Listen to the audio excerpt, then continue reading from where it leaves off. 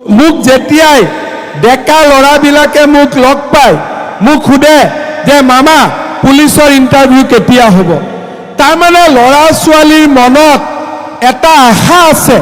যে আজিকালি আৰু টকা দি চাকৰি ল'ব নালাগে আমি বিনা পইচাতে মেৰিটত চাকৰি পাব পাৰো আৰু এটা মই নতুন নিয়ম কৰিছো আপোনালোকে জানে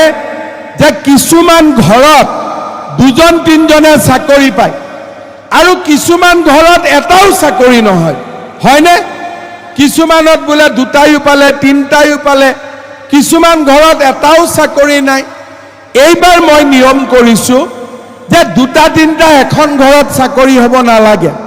নোহোৱা মানুহৰ ঘৰত চাকৰি হওক আৰু সেই কাৰণে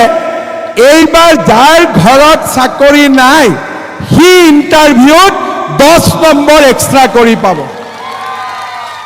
তাৰ মানে মই যদি 10 পাওঁ মোৰ লগৰ ল'ৰাটেও 10 পায়